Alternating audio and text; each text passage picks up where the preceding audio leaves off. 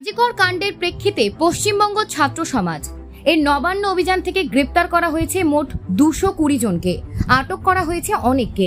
মঙ্গলবার সন্ধ্যায় সাংবাদিক বৈঠক করে নবান্ন অভিযানকে বেলাগাম বিশৃঙ্খল তাণ্ডব বলে অভিহিত করল পুলিশ। এডিজি দক্ষিণবঙ্গ সুপ্রতিম সরকার বলেন, শান্তিপূর্ণ আন্দোলন হবে বলে বলা হয়েছিল, কিন্তু আমরা দেখলাম অশান্তিপূর্ণ একটি আন্দোলন। এই আন্দোলন কখনো বাংলার প্রকৃত ছাত্র সমাজের হতে পারে না। তিনি এও জানান, এই আন্দোলন ছিল দুষ্কৃতীদের। একই কথা জানান এডিজি আইন শৃঙ্খলা মনোজ বর্মা এবং ডিসি সেন্ট্রাল ইন্দিরা মুখোপাধ্যায়।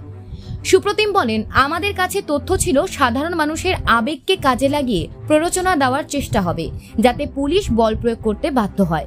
আমাদের সেই আশঙ্কা অনেকটা সত্যি হয়েছে। মঙ্গলবার নবান্ন অভিযানে পুলিশের অনুমতি নেওয়া হয়নি বলে আগেই জানানো হয়েছিল, তাই আন্দোলনকারীদের আটকাতে হাওড়ার জায়গায় জায়গায় ব্যারিকেড তৈরি করা হয়েছিল। কিন্তু অভিযান শুরু হওয়ার কিছুক্ষণের মধ্যে অশান্ত হয় পরিস্থিতি। জায়গায় জায়গায় পুলিশের সঙ্গে সংঘর্ষ শুরু হয় আন্দোলনকারীদের।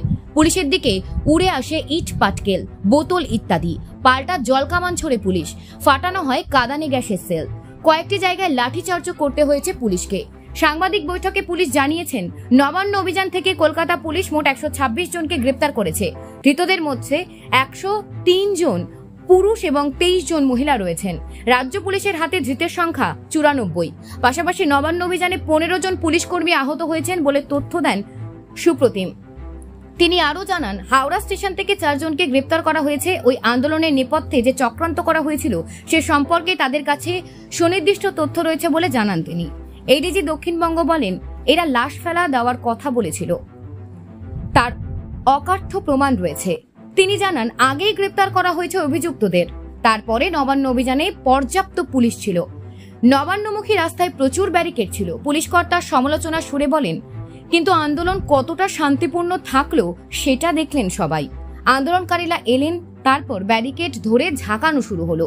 পুলিশ বারবার ঘোষণা করে ওটা সংরক্ষিত এলাকা, প্ররোচনায় পা দেবেন না। তারপরও ব্যারিকেড ভাঙা হলো, বোতল ইট ছোড়া হলো পুলিশের দিকে, সরকারি সম্পত্তি ভাঙচুর করা হলো, গাড়ি জ্বালিয়ে দেওয়া হলো। তার বক্তব্যে বারবার সুপ্রতিম আন্দোলনকারীদের প্রকৃত পরিচয় এবং আন্দোলনের প্রকৃত নিয়ে প্রশ্ন তোলেন। তিনি বলেন, কর্মব্যস্ত একটি দিনে এমন পরিস্থিতি তৈরি হয় যাতে সাধারণ মানুষের কোনো ক্ষতি হয়, পুলিশ যাতে কোনো প্ররোচনায় পা না দেয়। কিন্তু পুলিশ কোনো প্ররোচনায় পা দেয়নি। তারা ধৈর্য এবং সংযমের পরীক্ষা দিয়েছে। রক্তাক্ত হলেন পুলিশ কর্মীরা। এর নিন্দার ভাষা আমাদের কাছে নেই।